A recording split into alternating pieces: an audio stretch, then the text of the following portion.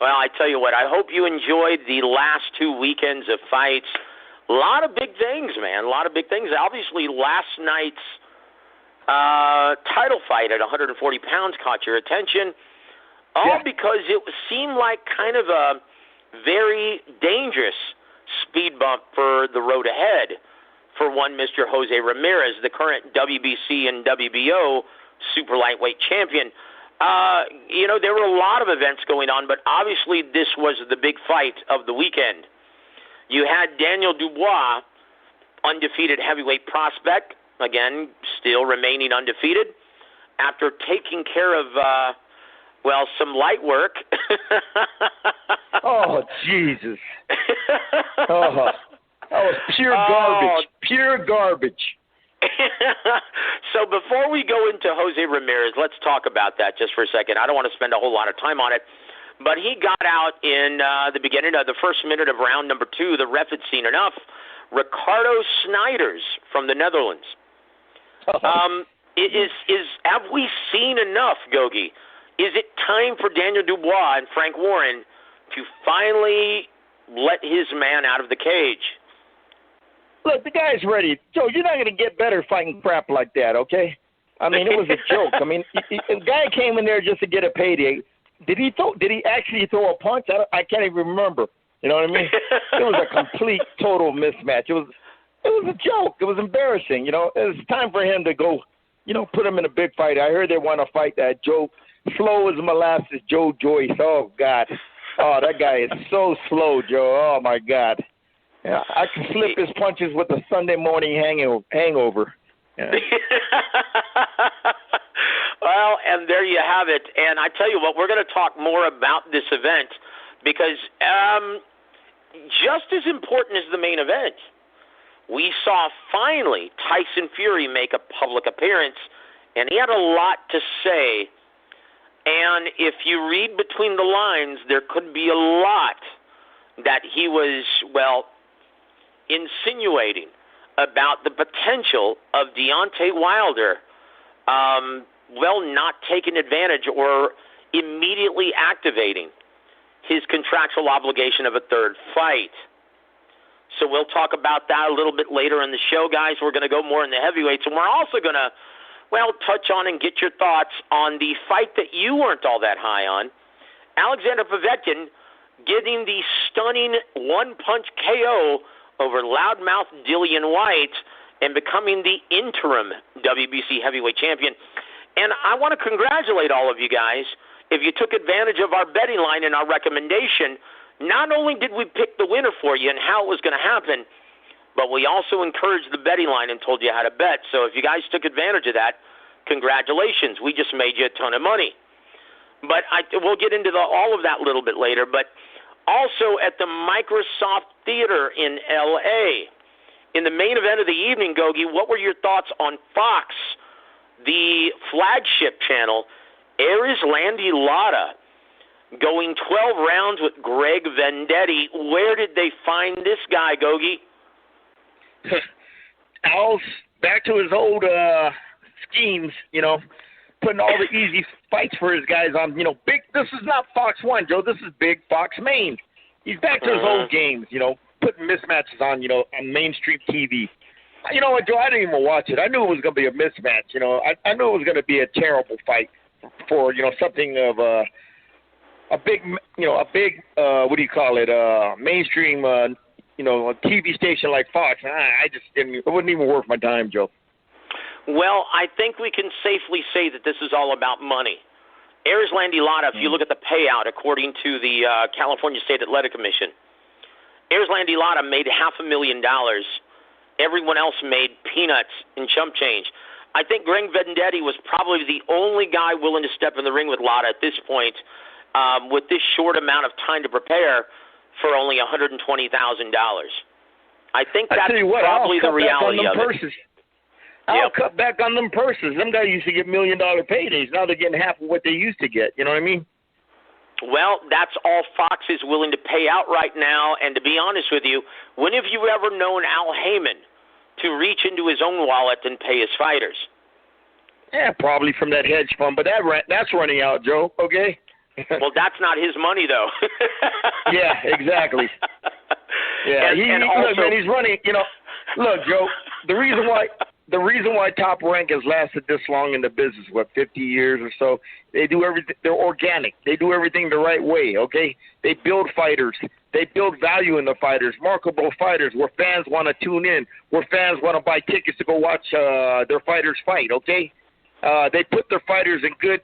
Well, you rarely see a mismatch with Top Rank. Rarely, because, their matchmakers, Brad Goodman, old school, and, of course, Bruce Traveler, old school. They have, what do you call it?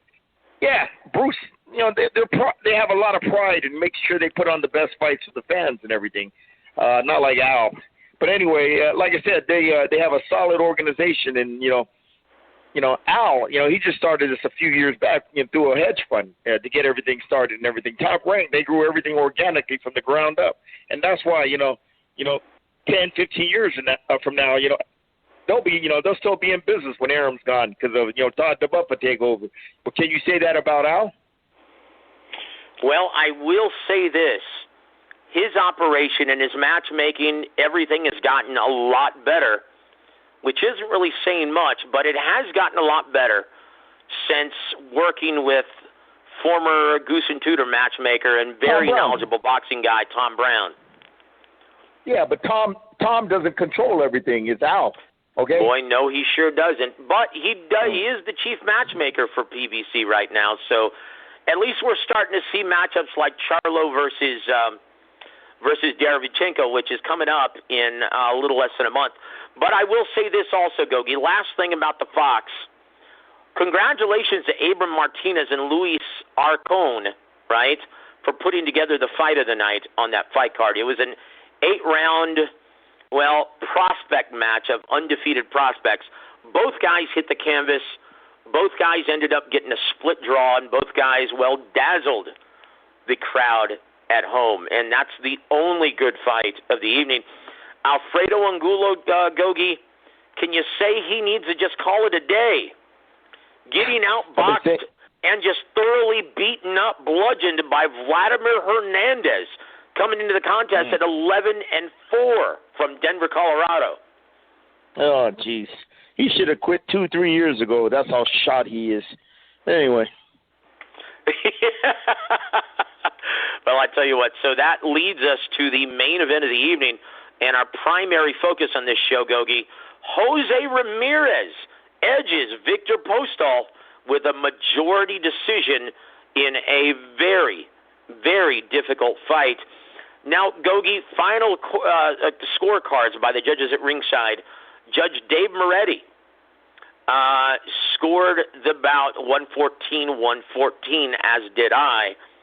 Tim Cheatham, though, scored the fight 115-113 for Ramirez, and Steve Weisfeld scored the bout 116-112 for Ramirez as well, giving him the titles once again, the WBC and the WBO titles. Now, Gogue, I'm going to ask you this, brother. As an expert, does this style matchup and this very tough test give you any indication as to how Jose Ramirez will perform potentially against Josh Taylor later this year or early next? Oh, this Postol is it's a very difficult style to fight because he's slippery, he's tricky, okay? His footwork, crafty, okay? It keeps him out of, bad, dangerous situations, especially when he's on the ropes. He likes to pivot around you, slide around you. He has that long jab, just keeps popping it in your face and everything. He'll try to counter you when you come in. Just a terrible, awkward style, to get into rhythm. And this fight with Taylor, it'll be more suited for Jose's liking because Taylor likes to fight. Even though he can box, just Taylor, he likes to fight. When you hit him, he likes to get inside, he likes to get aggressive, and he likes to go to work. So, like I said, when you got Ramirez who prefers opponents to stay there right in front of him, okay, and fight, okay, and you got Taylor who prefers a guy right in front of him that wants to fight. Oh my God, you got a good, on paper, explosive potential matchup, which I think it's going to be a real good fight, Joe. Just going by my instinct. So what red flags did you see, though, of Jose Ramirez? Now, keep in mind, I was a little surprised that they weren't more prepared to negate the beautiful Postol jab, because this is his bread and butter. He sets the table for his entire arsenal of punches, and that's his first line of defense, that and his footwork. Were you a little surprised that Jose Ramirez didn't do more to negate that beautiful piston-like jab of Viktor Postol? Well, Joey, he went through 2 camps before he got this fight, and both got canceled. Then all of a sudden, he's going through a 3rd camp. That takes a lot out of you. That makes you stale. When you go through all those camps, the fights get canceled back to back. Then all of a sudden you're getting ready for a 3rd camp. You know what I mean? That takes something out of you. Then you got to fight a difficult style like Postol. That even makes it even harder. So in situations like this, just get the win, okay? Even if it's an ugly win, you didn't look your best. Just get the win, okay? And then move on to a better fight. You'll look better in the next fight. Yeah, indeed. What do you think? I mean, so do you think it was just maybe do you think it was maybe overtraining, or maybe he just didn't have any answers for that jab? Because just from working with you for the past 10 years and hearing you actually give expert strategy and advice on how to negate a jab, he didn't do any of that. Like, if you go back and if you go back, and anyone, guys, listen to an archive, Gogue masterfully talk about how Andre Ward broke down the piston-like jab of Mikkel Kessler several years ago to begin the Super 6 tournament. Yeah, you laid it all out. That seems to be the blueprint on how you actually take away an Eastern European fighter's jab. You got to have the horse to do it, Joe. If you ain't got the horse like Ward to do it, it's harder to do. Indeed. So, you think maybe it was a bit of overtraining from Jose Ramirez, because, the way he fights, he takes a lot of wear and tear. Can you actually talk about that, on what the wear and tear, not just in the fight, but if you fight the way Jose Ramirez does, the wear and tear it takes from each and every training camp? Joe, it's hard to... When you're going, when you get ready for a fight, you're 6-8 weeks in the camp. All of a sudden, the fight gets canceled. Oh my God! It just takes a big, air out of the balloon. Okay. Then all of a sudden, you get ready again. 4 or 5 weeks, you get in the camp, sparring and all that. Fight gets canceled again. Jesus! But all of a sudden, by the time you get to your 3rd camp, you know what I mean? You're not fully as energized and that motivation level. You know what I mean? It's not there. Like when you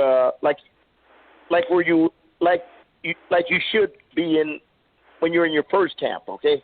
So just those 3 camps back to back, taking the air out of you. Then all of a sudden the 3rd camp you're getting ready, hey man, you got some steam.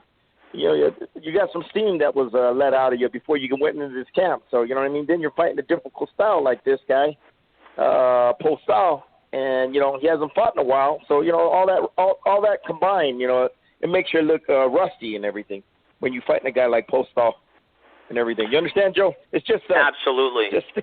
Just the camps, man. Going through the camps, fights getting canceled. I've been through that before.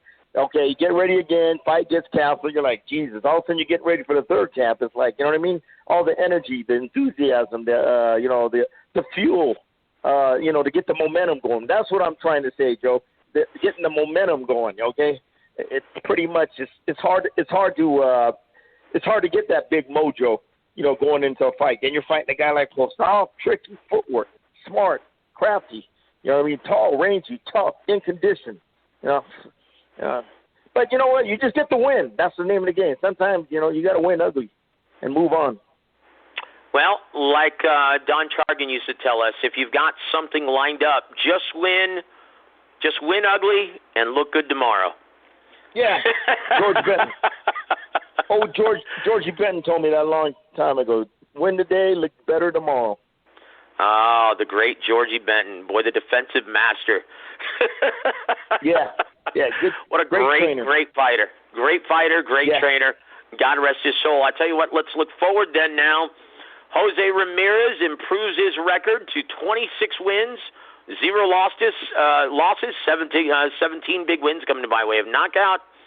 Guys, he's going to enter the ring at age. Now we're looking at the tail of the tape for Jose Ramirez, and we get to size up this beautiful matchup coming up against Josh Taylor, right, who currently has the WBA and the IBF titles at 140 pounds. This would be a unification bout for the ring championship and for all the marbles at 140 pounds.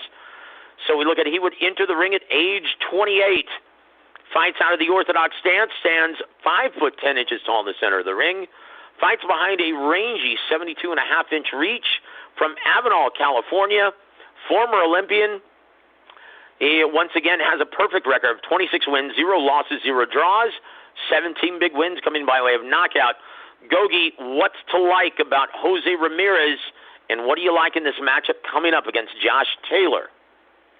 He's a blue-collar worker, Joey. You know, before he goes to work, he puts on his hard hat and brings his lunch pail.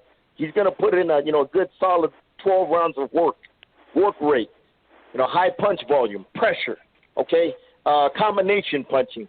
And he's smart and intelligent, Joe. He just doesn't rush in and like he used to do, like when he was in the amateurs, and get hit a lot like Jaime Manguia. He's patient. He works behind that jab. He moves his head and everything. You know what I mean? And once he gets in range, he loves to attack that body with that left hook to the body. Then then he puts his combinations. Basic stuff, Joe. That's what he does. He's just a basic fundamental fighter, and he repeats himself over and over and over in what he does. He's a handful, Joe. He's a handful, and he's totally dedicated to his craft, well conditioned. And you know what I mean, Joe? It's he's got weaknesses, okay, like his lack of defense, and you know what I mean. What else?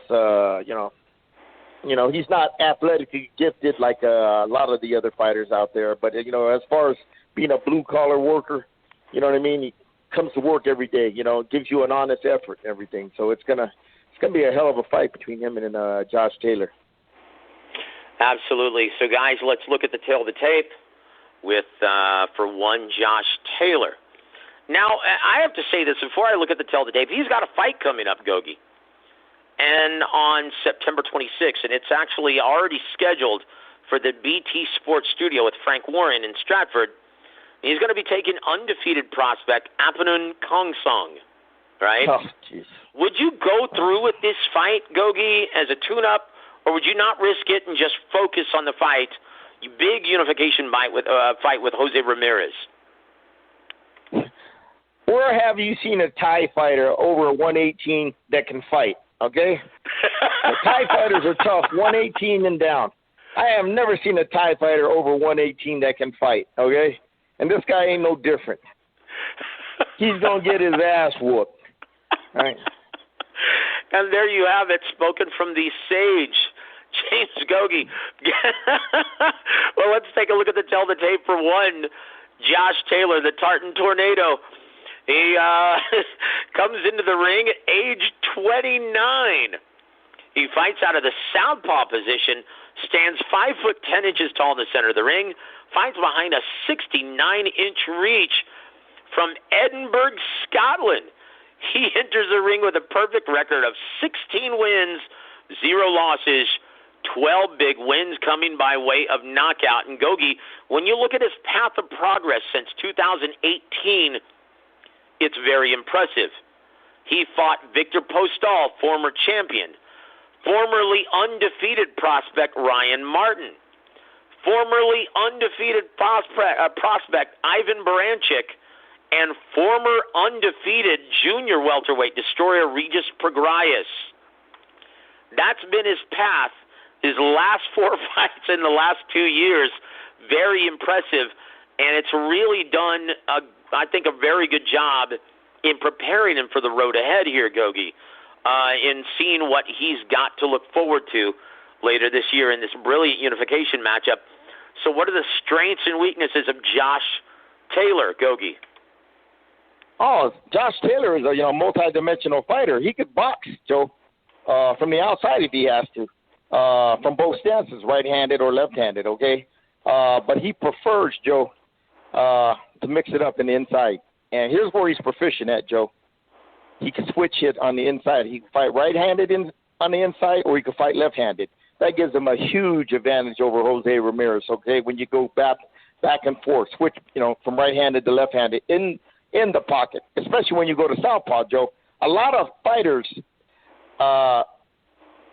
don't get to face a guy like Taylor who could switch up on the inside, especially at the southpaw position, Joe. Jose Ramirez being right-handed, man, them punches are going to come from a different angle, okay? You ain't going to see that. You ain't going to see his right hook coming, okay? Or those body shots, or the what do you call it? That little left hook he throws over the top, okay?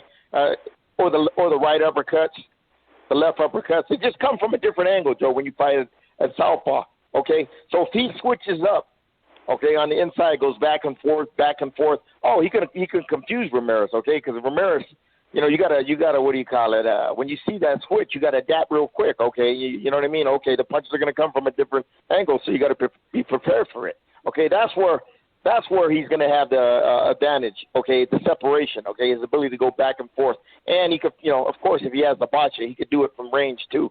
And I think he's a better boxer from range than Ramirez and everything. But Taylor's a fighter. Okay, if you watch him fight, he's a very, very good, solid body puncher from right-handed or left-handed stance. Okay, he loves to sneak in them left uppercuts to the body. That's another thing, Joe. When you're a southpaw in the pocket, that left uppercut, it's right there. It's right there.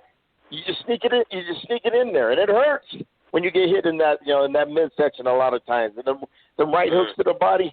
Like I said, Joe, he's physically strong too, Joe. You see what he did to Progress? He was moving them around like a little kid on a stroller when they fought in the pocket.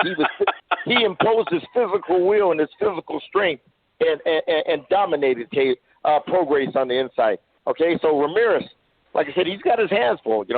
He's got his hands full, and it's just more. He just gives more dimensions. He has more dimensions than Jose Ramirez, who's basically, a pressure fighter, intelligent pressure fighter, puts his combinations together and all that stuff. This kid, Taylor, he could box, he could punch, he could switch up in the inside. You know what I mean, Joe? It's the little stuff that he does that's going to give him the separation in this fight. Indeed. Well, before we go into the keys to victory for both fighters, what are your thoughts on Jose Ramirez stating this after the fight immediately? He said, you know what? I would love to stage this fight in a stadium in the UK. I think this matchup deserves to be in a stadium in front of tens of thousands of rabid sports fans. Your thoughts on Ramirez's willingness to go abroad for a unification bout? Joe, this fight has to be in a stadium setting with there's thousands and thousands of fans. You know what I mean? Or it doesn't live up to the luster, the potential of a mega fight. Like when you got the fans behind you, the energy, the excitement. You know what I mean?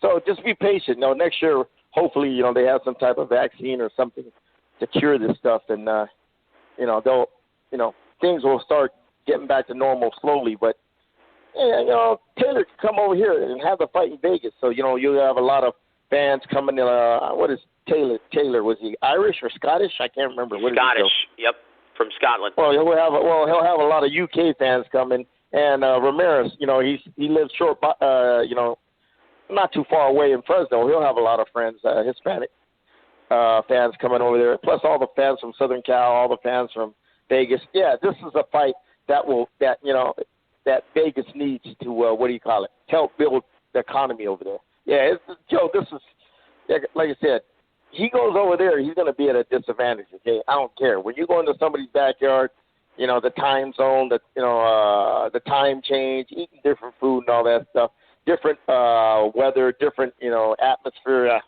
It's better to even the playing field, put it in the fight capital of the world, Las Vegas. I think that's a very, very good point, and no offense to any fighter, but Josh Taylor is not Ricky Burns. You can't just go into Scotland and expect to bring home the gold in front of all of his fans. Yeah. Josh Taylor's a completely different animal. I'm with you, Gogue. I think it's the smart move to put it in neutral territory, but would this be actually a neutral territory? And do you think Josh Taylor wants a piece of that Vegas experience to fight in Sin City?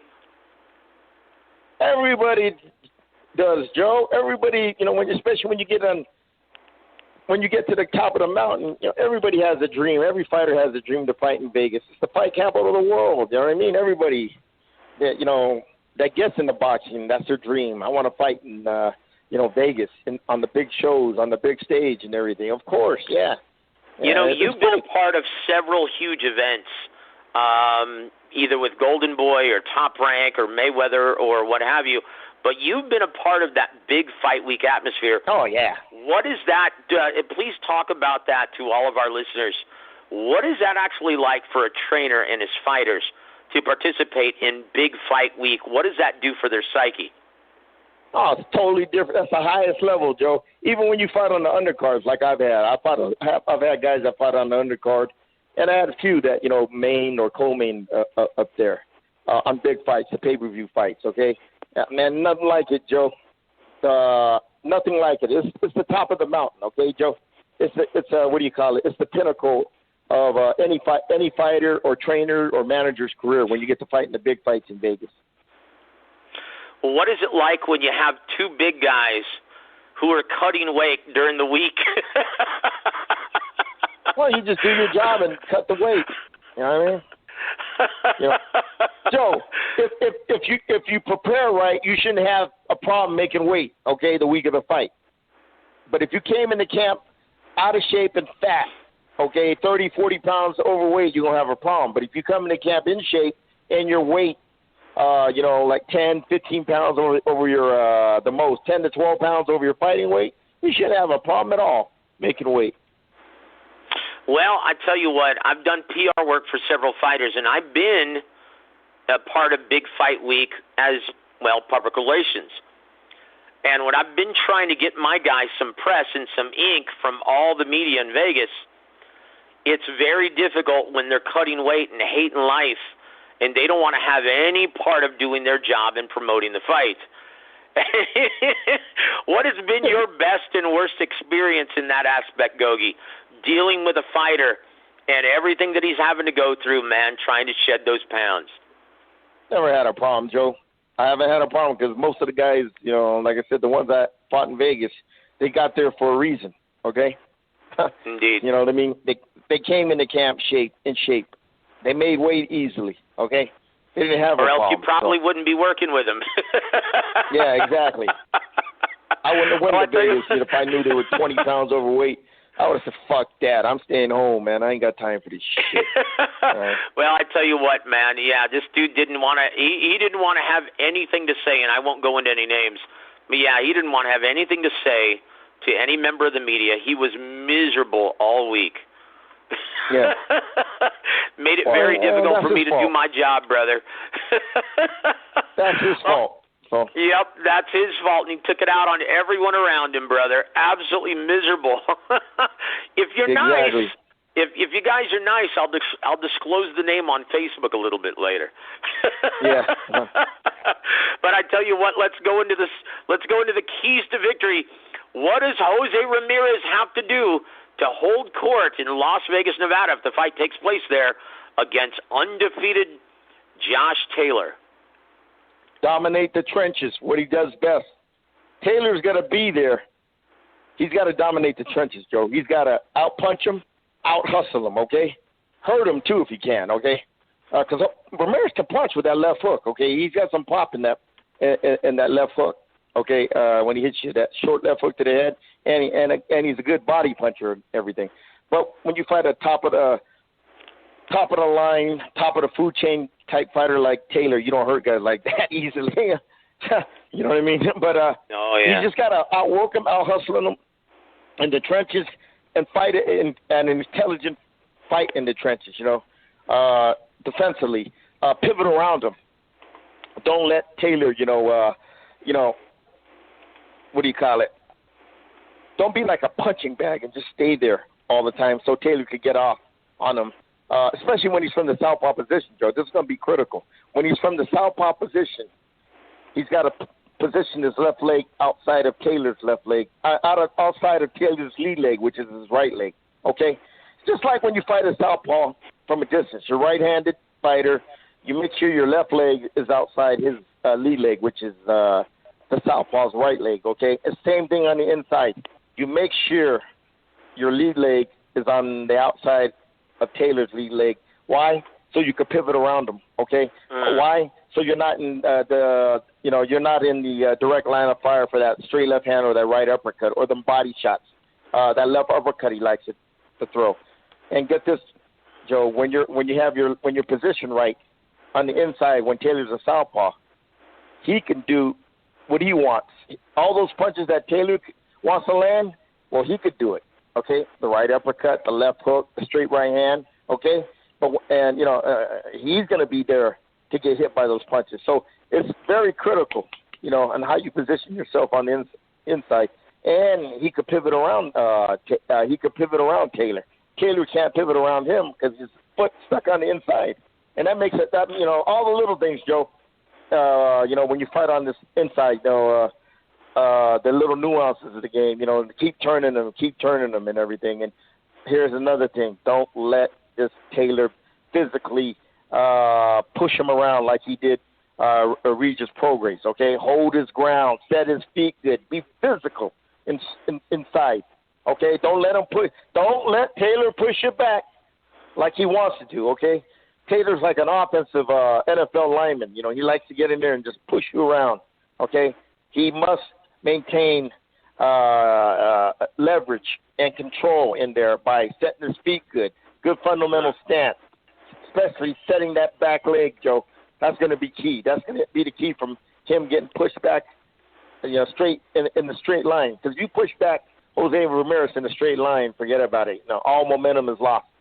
But the thing is, Ramirez, like I said, if he's on the inside and Taylor's a southpaw, then he's got to keep his lead leg outside of Taylor's lead leg so he can pivot around him, keep turning them. You know what I mean? And when he's turning them, man, hit him with combinations. You know what I mean? And go body, head, body. Just fight a nice, smart, intelligent fight in the pocket. Because that's why I really believe the fight's going to end up, Joe. You know what I mean? Who has the better skills on the inside? Who's the smarter fighter? Okay? That's what's going to win this fight. Now, one thing, like I said, Taylor has an advantage.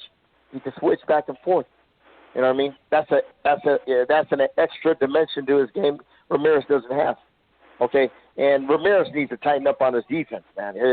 Blocking punches, blocking them punches inside, moving his head, a little head movement, slipping those punches and everything. So that's what he's got to do, Joe. He's got to all the stuff I said. Especially, I know Taylor. He loves to fight in the pocket at the southpaw position. He's got to recognize that and make that adjustment I just said. Wow, so it almost sounds like an identical keys to victory for both men, doesn't it? Yeah, that's it, Joe. Look, Joe, when you're a southpaw, when you're a right-hander, it's like fighting a guy in the mirror. And when you're southpaw, it's the same thing. Just like fighting a guy in the mirror. Same exact thing. But Taylor's got to do the same thing. He's got to do the same opposite thing of Ramirez when he's a southpaw. But when he's right-handed, it doesn't matter. You know what I mean, Joe? But the advantage Taylor's going to have, Joe, is the angles that the punches are going to be coming from that Ramirez ain't going to see. Look, when you're fighting on the inside, and especially if Taylor got his lead leg outside of Ramirez's lead leg, that right hook is hard to see, man. Joe, what punches do you get hurt with in boxing? The punches you can't see. Now the ones you don't see coming against that relaxed tissue, brother. Yep, the ones you don't see coming. That right hook, that right uppercut inside for Taylor should be bread. I mean, it should be money. Okay? That right hook, that right uppercut, that left uppercut to the body should be money. That's what I will be throwing on Ramirez. Ramirez won't see those punches coming. You know what I mean? It's coming from a different angle. And that's, like I said, Joe, it's the little things. It's a lot of the little things that gives you the separation, when you're in big fights like this. It's hard to knock out guys at this level. It's hard to hurt guys. And even if you hurt guys at this level, they're tough, they're conditioned, and they're mentally resilient where they can come back. You know what I mean? They're competitors. They're fighters. You know what I mean? It wasn't Daniel Dubois and that Danish punching bag that Frank Warren brought in. What a fucking joke that was. These guys are going to fight tooth and nail. These guys want to be the ultimate undisputed 140-pound champion, okay? And they're hungry. They're motivated, okay? And like I said, Joe, but that Taylor, that's what I always be hitting Ramirez with, man. That right hook, come back with that right uppercut. The left uppercuts to the body. Oh yeah, Joe. The right uppercuts. From an angle when like I said, when your legs on the outside of when Taylor's lead leg is outside of Ramirez's lead leg, that right uppercut comes from that little 45-degree angle like De La Hoya throws. The 45. You don't see it. Yep, that little 45. Boom. And I can see Ramirez open for all this, man. And another thing is, Ramirez, when he gets inside, he stands up too high. Sometimes he doesn't bend his legs enough. He stands up a little bit. Okay, when you don't bend your legs in the pocket, Joe, and set that back leg, you lose leverage. And this is going to be a game of leverage.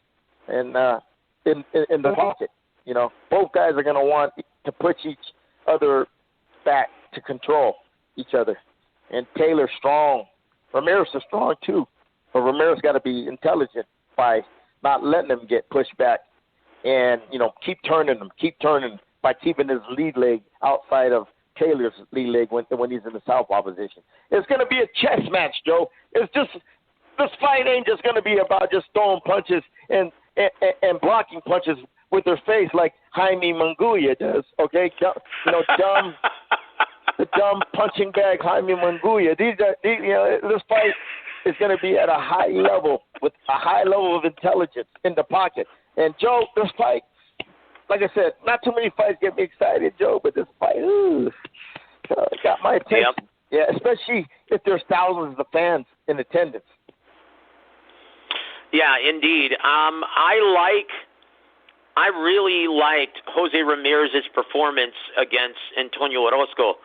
I think that would be the closest thing to prepare him against a really tough guy in the pocket like Josh Taylor. But I will say this. I think that Orozco's not a left-hander, though. Okay? He's not a switch hitter, that's right. He better bring a good left-handed sparring partner that pressures, okay, to get used to that southpaw, back and forth style, okay? Indeed. So would you say that Josh Taylor's big fight in the World Series with Regis Prograis, gave him a better kind of an advantage going into this matchup, at least prepared him for what to expect against Jose Ramirez? Oh, he's fought Baranchuk, and he's fought Postol, and he's fought Prograis. Shit. He's been seasoned very, very good. I like Taylor, I like that Taylor kid. And he has a mean, nasty competitive streak to him too, Joe. That's what I like about this kid. Yeah. So, I think I know who you're favoring going into this. What is the final prediction? How do you think it's going to go down, Gogue? Before we go into the pre-fight odds? Oh, I got a favorite, like I said, Taylor, because he has more dimensions to his game. Like I said, Joe, that's what's going to be the separation. When you fight in these big fights, these guys are good, okay? Hey, they're both champions, unified champions, okay? And, there ain't going to be a big disparity in skill level or talent like Daniel Dubois and that guy that works at that Danish pastry shop, okay? That, that guy that delivers pizza for Domino's Pizza in where he's from, the Netherlands, okay? These guys are evenly matched, okay? Both champions, both going to be in great condition, both undefeated, but it's the little other things you got to look at, the dimensions that Taylor has that Ramirez doesn't have. That's why find out what the odds are, Joe. I'm putting my money on Taylor. I'm going to get paid that night.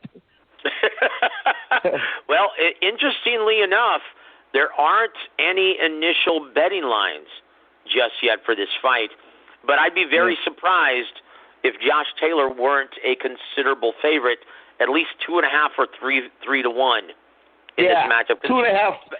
2.5, Joe. I'd say 2.5 to 2 to 1. Shit, I would love it. 175 plus 175, I could make some money. You know what I mean? Well, and there you have it, guys. There's James Gogue's matchup. Analysis and initial prediction for Jose Ramirez versus Josh Taylor. Hopefully that fight gets made. In my opinion, Gogue, in my professional opinion, I don't see this fight being made anytime before 2021 because of what you stated earlier, that this fight deserves to be in front of a stadium or packed arena full of fight fans. And honestly, to be able to pay both fighters what they truly deserve for getting in the ring in this unification bout, I think you're going to have to lean on everything, every single resource, the live gate, full slate of sponsors, as well as the site fee and licensing fee, right? Yeah. That's it, Joe. It's all about economics.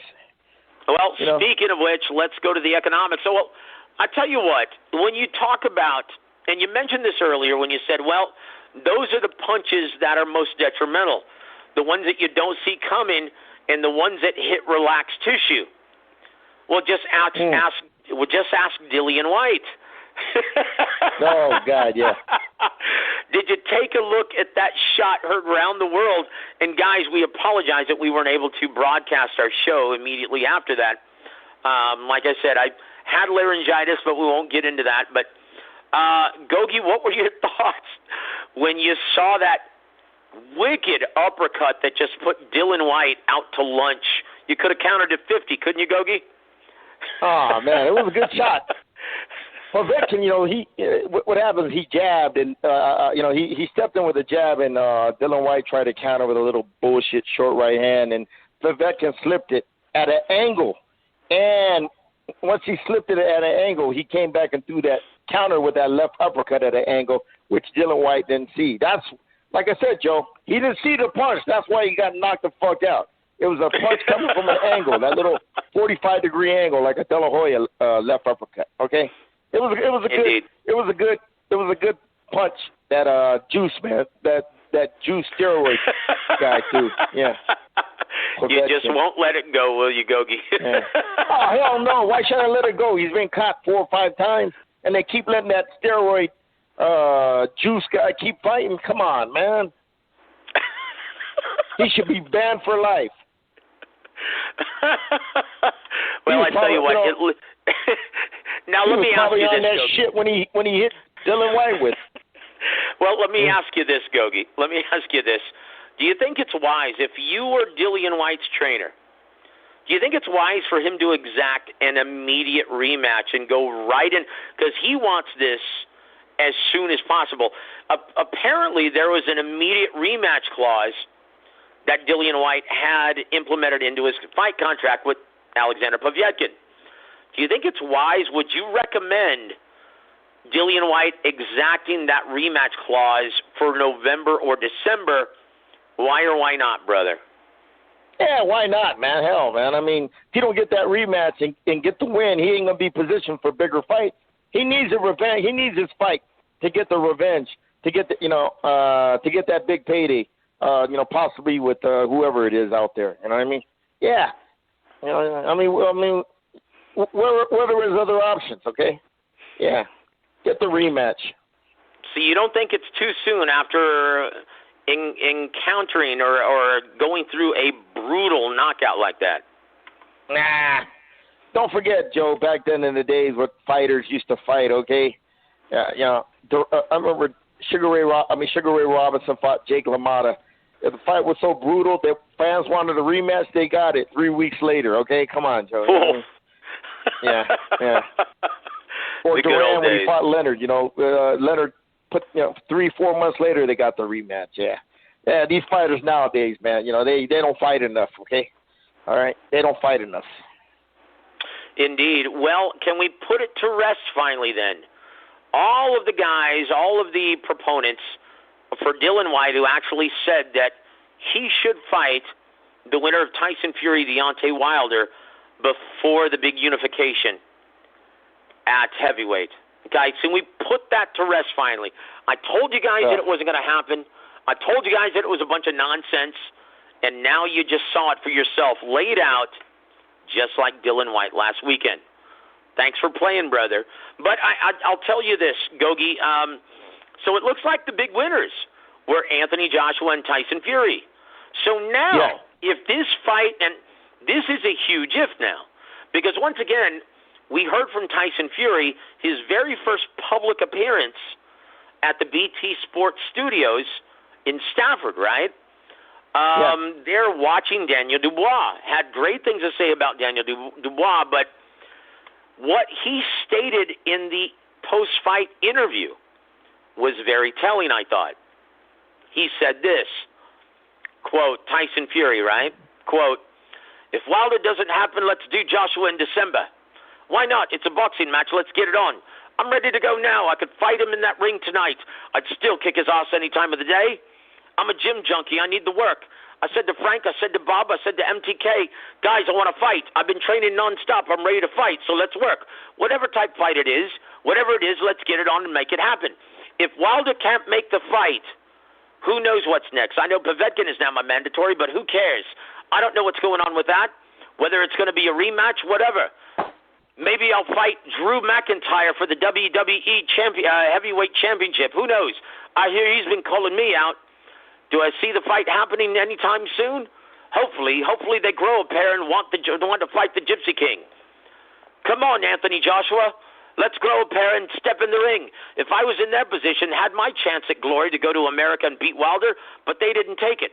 So I had to come out of retirement, set him a couple of times, take the number one spot, take all the glory, and now they're looking up to me. End quote. Gogue, that's very telling. What that tells me is that Wilder is having second thoughts on taking advantage of his contractually obligated third fight. Why else would he say that publicly?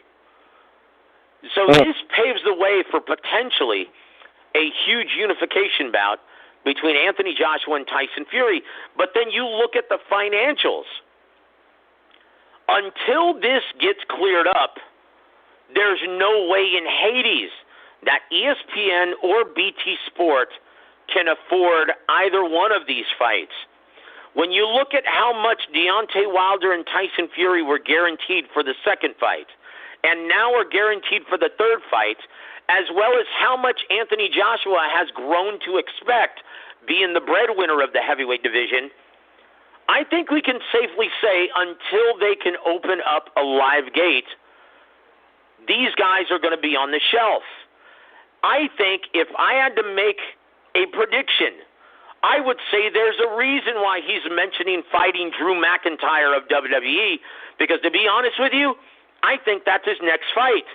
I think he's going to go make some money and raise his mainstream attraction fighting in the WWE while he's waiting for everything else to unfold. Your thoughts on this, Gogue? Because to be honest with you, I can't see them being able to afford, no promoter or network being able to afford the big three in the heavyweight division. Your thoughts on this? Yeah, until this pandemic ends, and until this pandemic ends, okay, they can't do a pay-per-view fight with a live audience, with sponsorships and all that stuff. Everything it takes, Joe, to put on a big fight, okay, they can't do it. Okay, all those important factors, especially the live gate, having it in Vegas, pay-per-view and all that stuff, Joe. Forget about it. You know what I mean? It's not even worth talking about it until this pandemic ends, okay? To me, it's just a waste of time and energy. I mean, I like to live in the present, okay? What can be made, not this fantasy bullshit, okay? Yeah, guys, I look, we can safely guarantee you guys that all of the lip service we're hearing from any of the heavyweights is just lip service. They just want to remain relevant and in the media. But there's no chance of these guys fighting until we can get a live gate and a full slate of sponsors. That's it. I mean, look at Canelo's situation, right? I mean, the zone is, without the subscriber base of, say, ESPN Plus, it has over 11 million subscribers. If DAZN had that many subscribers, they'd be able to afford a Canelo fight with or without fans. But they're not there yet. Guys, don't look for any of the biggest stars of boxing to be able to step in the ring until you can open up those doors and sell tickets. That's it. So everything else is just posturing. But Gogue, in a perfect world, who do you like, man, between a big unification bout at heavyweight between Tyson Fury and Anthony Joshua? Tyson Fury. Smarter, more intelligent, rangier, better footwork, craftier. You know what I mean? He, like I said, Joe, there's a lot of things that Fury has that's going to give him the separation in a fight like this, okay? Joshua is going to have to, be the aggressor. And to me, he's not an intelligent pressure fighter, okay? He just, I can tell he's kind of clumsy doing it, okay? He likes the guys that come to you. He likes fighters to come to him, and that's where he fights his best. But if he's got to fight a mobile, athletic, agile, 6'9", intelligent fighter like Tyson Fury that knows who's educated on how to use his jab, how to change the speed of his jab, how to use his jab to set up, his combinations, how to use his feints to set up his combinations. You know what I mean, Joe? All that stuff right there, man. That's boxing IQ that Joshua doesn't have. Okay, you know what I mean? He's Fury. He's a very smart fighter. Okay, if you watch him when he fought Wilder the last fight, the little feints he throws, how he mixes up his jab. Okay, throw hard jabs, a lot of touch jabs, a lot of pity pat jabs, just to keep you off balance, Joe. Heavyweights, they don't see that. Okay, they don't see that kind of. They don't see those kind of skill sets at the big boy division. His movement, agile, mobile. Okay, he can also fight both ways, Joe. Okay, right-handed or southpaw. But the thing is, Fury, he's gotten a lot better in the inside. Okay, and that's, to me, Joshua's dangerous with that right uppercut, left hook. But he's not a real good inside fighter, he's not a real good consistent inside fighter, okay? We saw that in the first Andy Ruiz fight, Gogue. That told me, He'll have his moments once in a while. But his big weapon is that right uppercut, left hook. That's what he's got to, that's what Wilder takes that away, he'll own Joshua on the inside, okay? The way you take that away, Joe, you smother Joshua on the inside. You take that lead shoulder, that left shoulder, and stick it right in the middle of his chest, Joshua's chest, okay? So Joshua doesn't have no room to throw that right uppercut or left hook. Hell, when you got that, when he got that lead left shoulder right in that guy's chest, Joe, he can't even throw that uppercut, okay? Because, Tyson, by doing that, Tyson Fury takes away both those weapons. And, Tyson Fury understands leverage. He knows, he understands, using his weight, his size to push you back and everything, okay? And I like to see Joshua fight going backwards. He can't. But, Fury, he's got a little bit better on the inside. He's not really skilled, but he's better than Joshua. It's just all around, Joe. He's just got so much more dimensions to his game. The only way he's going to win this fight is if he knocks out Fury, and that ain't going to happen. Fury's got a heart of a lion, okay? He gets knocked down, he gets back up, okay? All right? But that ain't going to happen, okay? Fury is just too smart, too intelligent. So many layers, so many more layers to his game than the robotic, clumsy Joshua. I'll also say this, Gogue, and can you expound on this from a trainer's perspective, how important this is in a big fight? Tyson Fury, and Terence Crawford remarked on this. He said, you know what? I always pride myself on being very relaxed on the day of the fight going into the ring. Yeah. And I've never seen a fighter more relaxed than Tyson Fury going into a big fight. He said he was shocked at how relaxed this gentleman is. And then in contrast, Gogue, you look at Anthony Joshua when that fight in the Middle East, the rematch against Andy Ruiz, Anthony Joshua looked to be as nervous as a toothache. Can you talk about what difference that makes through the course of the fight? James Toney said it best one time in a video. You got to be relaxed. That's the key. That's what his coach, that's what his longtime old school trainer, the late great Bill Miller, preached to him. You got to stay relaxed, Joe. I preach that every fucking day in the gym to these kids when they spar, when they shadow box, when they hit the heavy bag. Relax. Don't tighten up. Don't get all tense. Everything should be nice and smooth, mantequilla, nice and loose, okay? All old school trainers preach the importance of being relaxed, Joe. That's the key, okay? Every old school trainer back then preached being relaxed. Think. See, Joe, when you're relaxed and you're nice and loose, you could think better. And when you could think better, Joe, you can make better adjustments in there, okay? You can adjust better. That's why it's so important to be relaxed, nice and loose. Okay, and when you're tensed up, Joe, the punches hurt you more. When you're relaxed, you know what I mean? They don't hurt as bad. You know, also, Emmanuel Stewart told me this once, and please correct me if I'm wrong, but he also stated you can react a lot quicker when you're not so tense. Is that the case, Gogue? Yep, that's what I mean, Joe. You can adjust. You think better, okay? When you can adjust and think better, that means you can react better, okay? You got to be nice and loose. Duran was nice and loose when he fought. Sugar Ray Leonard. Salvador Sanchez. Oh, he was nice and relaxed when he fought. You know what I mean? James Toney. James Toney was so relaxed in there when he fought. You know what I mean? It's mental. It's a mental, Joe. Being relaxed is a mental state, okay? And how do you get it? Through experience. That's the number one way. Wow. Yeah, indeed. I tell you what, Gogue, that's very, very insightful. Want to hear something funny, Joe? Let's hear it, my brother. Funny? Look at all these goofball strength and conditioning coaches that put their fighter through all those fucking goofball strength and conditioning programs, and their fighters still get tired in the fight. You know why, Joe? They don't know how to relax, okay? That's the bottom line. You see it. All these guys, I did this. I jumped off boxes. I ran up hills. I lifted wheelbarrows up hills and all this shit. I flipped tires from here to Pakistan and all this shit. But when they get in a fight, they still get tired because they don't know how to relax, Joe. They don't know how to stay loose, okay? They don't know how to breathe, okay?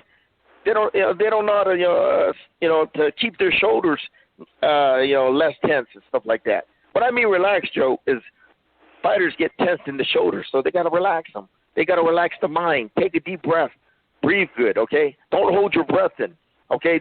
When you throw punches, don't hold your breath in. Don't keep it, Or when you throw punches, don't go, You know what I mean?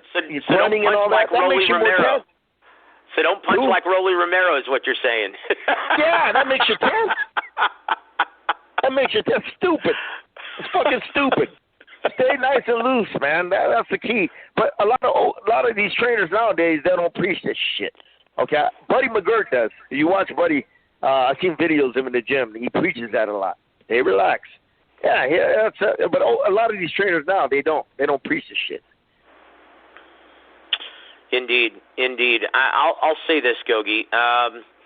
Yeah. To me, I would have to agree with you, Gogue, that Tyson Fury definitely has the edge at this point in both fighters' respective careers going into head-to-head, and I think a huge part of that is not only the physical gifts and how truly versatile Tyson Fury seems to be in the ring, but it's also the mental awareness and how relaxed he always seems to be. Experience, Joe. I heard he had a good amateur background. That helps out a lot too, Joe. You know. Indeed. Well, I tell you what, this is going to be our final story talking about this, and I don't know how much time you want to spend on this, Gogue. This is truly remarkable, though, when you look at what Golden Boy and DAZN is currently having to endure financially, right? This speaks volumes. And anyone who doesn't see this is not connecting the dots accurately. Last week, Oscar De La Hoya told ESPN that he will return to the ring at age 47. His last fight, Gogue, was 12 years ago. He said, now keep in mind, right? He said this. I'm finding the quotes. Quote, look, it's been a long time, yes, but actually my jab feels faster than ever. I have to make sure that my conditioning is perfect, my health is good, and that's going to take place in the next few weeks, so we'll see. But my intent is to get back in the ring. All these fighters are not on the level that I was 15, 20 years ago. All these fighters are demanding so much money. All these fighters are demanding the moon, and it's ridiculous. They're forgetting that you need to train, you need to work hard, and these guys just don't understand the level that it takes, the dedication, fight for glory. These guys are just in it for the money, and I want to teach them an invaluable lesson. So any top guy out there at 54 or 60 pounds, I'm going to be coming for you. End quote. Gogue, does this have everything to do with trying to build some much-needed big money events for Golden Boy Promotions and their calendar at DAZN with the absence of Canelo Alvarez? Joe, let's end the night saying thank you, fans, for tuning in. You know, senseless bullshit. 47-year-old man trying to come back. Come on, man. This is a young man's sport. It's just talking about some stupid shit like that. Senseless guy, man. Come on, man. He's old. He's past his prime. You know what I mean? He ain't got no business being in the ring, and create some bullshit publicity talking about that, man. To me, it's a waste of time. So you don't think it's realistic at all? You think it's just posturing and just a bunch of bullshit? That's all it is, Joe. Look, Joe, I've been in this game long enough. I pay attention to what's relevant, not bullshit, and that's bullshit, okay? That's bullshit. Right. And there it is, spoken by 3-decade fight trainer James Gogue. Gogue, did we leave anything out? Is there anything that you'd like to address that we didn't touch on? All you fans, don't be suckered by all this bullshit. This is a young man sport, okay? You only get one time in your every fighter has one time in their lifetime to do this, to perform at their best. And it's not when you're 47, 48 fucking years old, okay? This is a young man sport. Him coming back, talking all that nonsense. I don't know what's wrong with him. I don't know if he needs the money. I really don't care, okay? But it's, to me, when he does that, guys like Tyson and Roy Jones, Holyfield wanting to make a comeback. What does that tell you about the condition of the sport? What does that tell you? Good. That we're not in bad fucking shape, okay? If guys like that are getting press and getting publicity to make a comeback, that just tells you what sad condition we are in. What sad condition we are in boxing now. Get the shit out. Fuck out of here with that shit. Don't be fooled, fans. Well, I'll tell you what. On that note, let's take a look at next week's fight, right? Do you like this fight? And this is slated for next Saturday night at the Bubble, brought to you by the good people at Top Rank Boxing. And it's going to be Jamil Herring, former Olympian. He's going to be defending his WBO 130-pound title against the always tough Puerto Rican Jonathan Oquendo. Do you like this fight, Gogue? Is this going to be a nice, leisurely stroll in the park for Jamil, or could you see an upset for the former Marine at age 34? I mean, nothing against him, man, but he just doesn't appeal to me when he fights. Okay, Joe, he just doesn't excite me. Okay, so honestly, Joe, like I said, I only watch fights that that are appeal to me, and this fight doesn't appeal to me. I won't be watching it unless there's some guys, good fighters on undercard I want to see. Because I like to watch. The future fighters of boxing progress in their careers, and if there's some good ones out there that are fighting on the undercard, I'll watch it. But the main event, I'm not excited to watch Jamil. Nothing against him, no disrespect, but he just doesn't move my motivation level to tune in. Yeah. Now if it was Herring against McGill Burchell, yeah. Yeah, that would make me a unification against a good fighter like Burchell. Yeah, that would give me a motivation. But Jonathan Akendo, oh jeez, you know what I mean? Yeah. Big fucking deal. You know what I mean? Well, guys, he's 3-decade fight trainer James Gogue. James, thank you so much, man, for being on the program. Hey, Joe, by the way, who else is fighting next week? I know there's some other fights.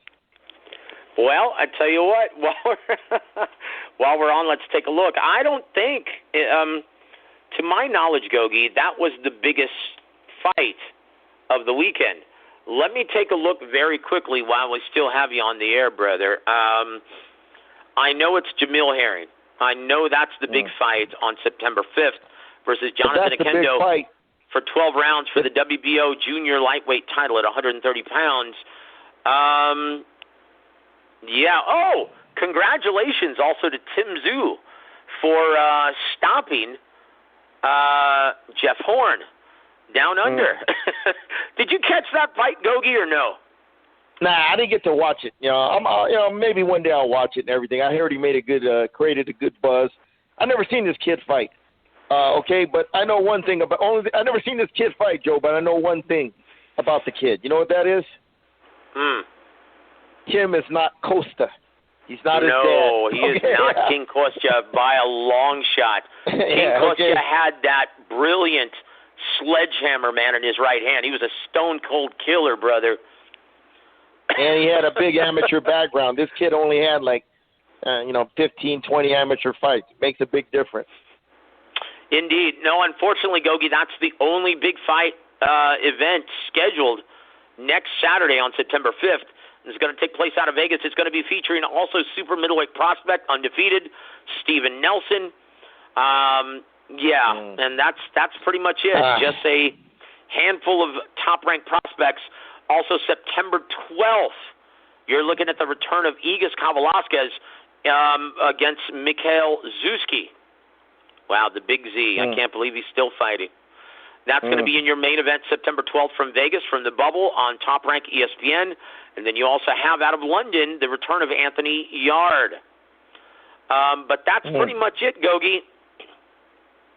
For the next week, the next huge event is going to be the pay-per-view on Showtime pay-per-view. It's going to be Jamal Charlo versus Sergey Derevyanchenko. Showtime pay-per-view. Let me ask you something, Gogue. Have you seen any promotion with this fight less than a month away? Have you seen any kind of promotion from Showtime or PBC? Nothing. They'll usually probably 2 weeks before the fight, they'll start pumping it up, Joe. Fox will get behind it, no, is it on Showtime? This is Showtime. This has nothing to do with Fox, brother. Oh, okay. Well, Fox ain't. I'll tell you what, they ain't in trouble because if they don't get Fox and their mainstream publicity machine behind them, they are in trouble. They're lucky if they're going to do 100,000 pay-per-views. Okay. Oh boy, yeah, it's not looking good, Gogue. It's not my problem. It's Al's problem. Okay. It's his puppet Steven Espinosa's problem. It ain't my problem. I could give a shit less. I just want to see a good fight. Well, it's going to be a terrific night of boxing, but unfortunately, I don't know anyone outside of the diehard community, and even then, I see the great majority of the diehard boxing fans getting this one on illegal streaming sites, viewing it via piracy rather than actually throwing down their hard-earned money. It's going to be a tough sledding, Gogue, and to be honest with you, and I said this on a couple weeks ago on Rodney Green's show, that, Heyman doesn't care. He's already received that big purse guarantee from Showtime. He's already sitting pretty. He's already happy. He really couldn't care less if anyone orders it at this point. Do you think he really cares how much money Steven Espinosa makes on this event? Look, he cares. Here's the reason why he cares, because if they keep on losing money, he ain't going to have Showtime no more, okay? Okay. I was a smart guy. If he wants to stay long in this business, they got to produce, okay? They got to produce and make it profitable. If not, Showtime ain't in the business of losing money. Look at HBO. They got the hell out of it, okay? Well, seeing that they're not interested in purchasing any of these events without the added revenue stream of pay-per-view, I think they're on their way out, Gogue, and I think we can both safely say that just from our time in and around the sport. Gogue, your final thoughts? We've gone over time. We appreciate you hanging with us for an extra 10 minutes. Gogue, your final thoughts and your parting shots for our listening audience at home. No, just thank all the fans for tuning in worldwide, especially our great fans in the UK and everywhere in the U.S., Mexico, and everywhere that's tuning in. Thank you for your support, and love you guys all. Guys, he's three-decade fight center James Gogue. James, thank you so much for being a part of the show. And, guys, don't forget to go subscribe. If you guys missed any part of the show, you can listen to the segments. They're going to be up on our YouTube page, Warweek Radio, on YouTube. Go subscribe, like, and comment. But, guys, that's just going to just about do it. Want to thank everyone for tuning in. We want to thank FightSaga.com for their sponsorship and support. But that's going to do it. Guys, on behalf of three-decade fight trainer James Gogue, I'm Joseph Herron. Have a great evening, everybody.